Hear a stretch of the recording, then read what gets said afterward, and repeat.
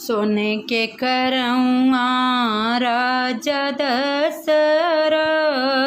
माली, फूलवारी चल माली, फूलवारी चल मालिनी, सेयरज कर हो मोरी मालिनी, इतनी सुंदरी तोर बेलिया होत कवने गुना निरफली हो मोरी मालिनी, इतनी सुंदर तोर बेलिया होत कवने गुना निरफली हो।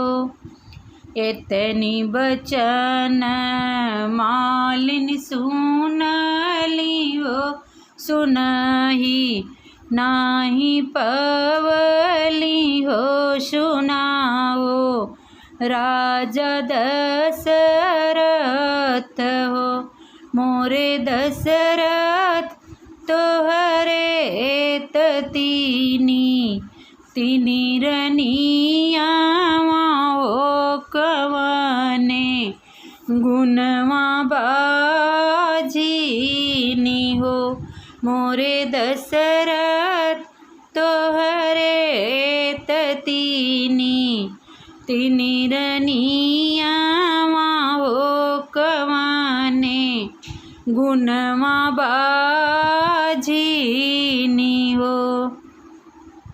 इतनी बचन राजा सुनल हो, सुनही नाही पवल हो, सुनही नाही पावेल हो मोरे राजा, तनी लेल गोड़े मुड़े चदरिया हो, सुतल सुखनी दरी हो, सुतल सुखनी दरी हो।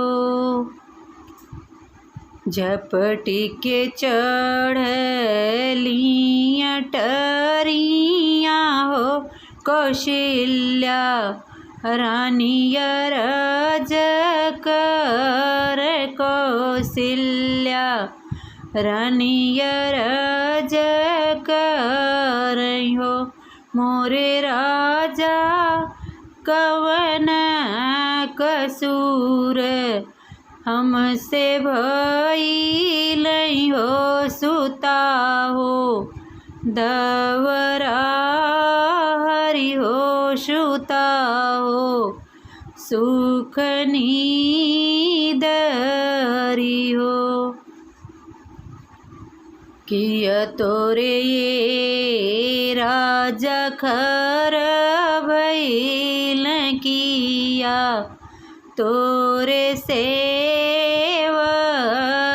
किया, तोहरे सेवर हो मोरे राजा, किया तोहरा जेवा ना जुड़ईल हो कवाने गुणवा रूसल हो, कवाने गुणवा रूसल हो। किया मोरे राजा तोहरे खर भइल, किया तोहरे सेवर किया, तोहरे सेवर हो मोरे राजा, किया तोहरा जेवा ना जुड़ईल हो कवाने गुणवा रूसल हो, कवाने गुणवा रूसल हो। नाही मोरिये रानी खर भइल नाही, मोरे सेवर होत नाही, मोरे सेवर हो।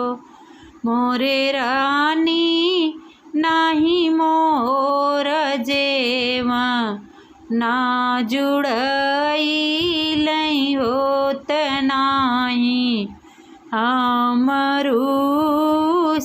होत नाही, हमरूसल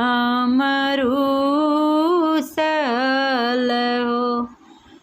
काऊ कहीं हम हो कौशल्या रानी कह, लो न जाला होत कह, लो न जाला न हो।